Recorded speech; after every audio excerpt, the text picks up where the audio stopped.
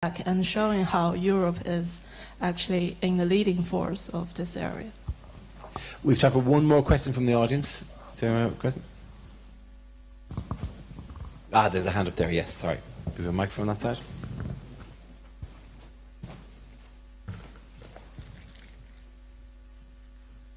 Thank you. Okay, so this question goes particularly to Eva Mendes, since I'm also a PhD student at Portugal working in breast cancer research.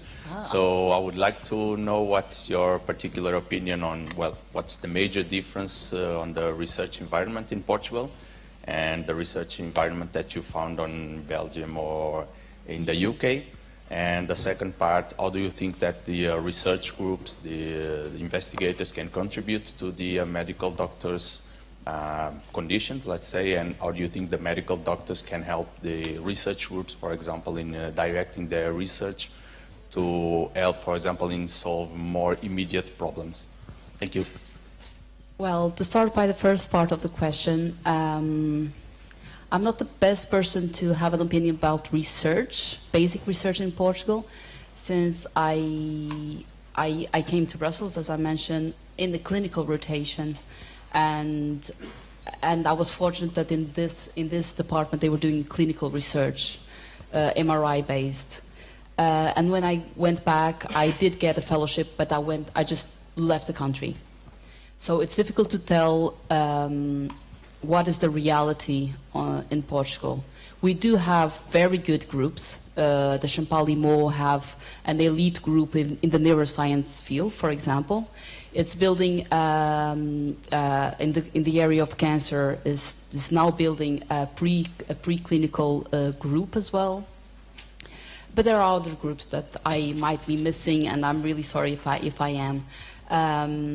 In the UK, what I've found is that for a medical doctor to do research is so much easier, because everything is in the right place. You have, in my example, I'm working in the Cancer Research UK from Cambridge, and the hospital is just across the road. So the translation is so easy.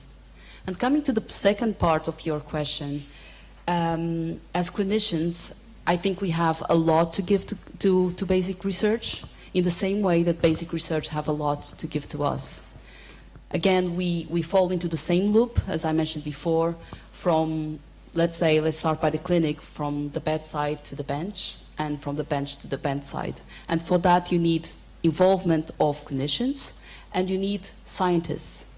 And the key for this loop to work is that we all speak the same language.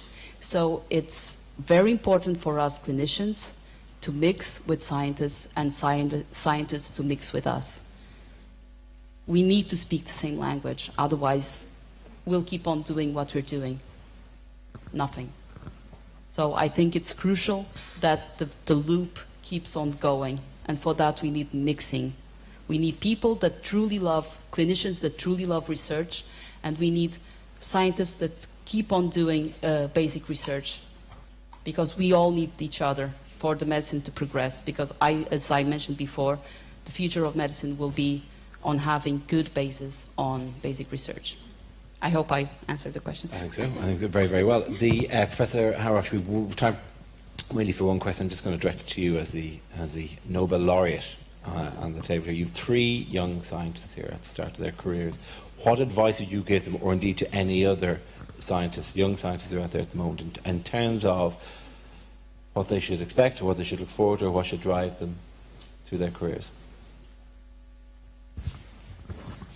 I think it's preposterous for me to give advice I think the first advice you have to give to them is to have a passion for what they are doing, and it's clear they have it. So it's you have to have a passion, and you have to have the good taste to find a field which will drive you for a while, and that is to find a domain which will be fruitful and which really matters, not especially for applications, but for basic knowledge, and I'm sure that in the field you are working, it is the case.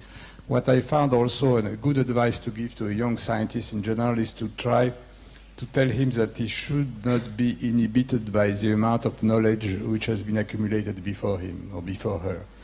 It's a feeling, if you think of all what has been known and accumulated before you. And I think in the field of physics, but it's the same in other fields, you might be a little bit inhibited asking yourself the question, but will I be able to add something? And it's possible to add. The only thing you have to think about is you don't need to know everything about everything. You just need to find a niche in which you will make a contribution that nobody else has done before. So, and once you have recognized that, I think it lifts this inhibition, and it makes you less shy, and you go forward in a freer way. And I think it's very important to realize that now on, no single scientist will be able to master or to know everything about everything.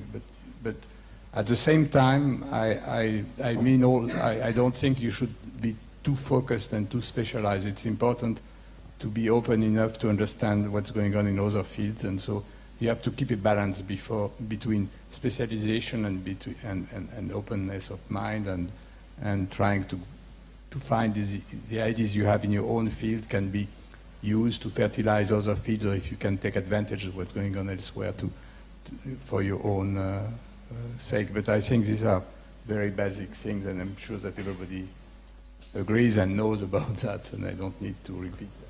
Okay. And by the way, congratulations. You're the first Nobel laureate I've met who isn't a little bit mad. They all go a bit crazy afterwards. You don't know me, really. No, fine, okay. As I grow to know you, your madness may reveal itself. Ladies and gentlemen, I hope you've drawn something from that, from whatever field you've come from to listen to it. I'm going to whistle names and let you applaud at the end. Eva Serrao from Cambridge, Professor Erik Lindahl from Sweden, and Dr. Chun Liu from the University of Reading, and of course Professor Serge Haroche.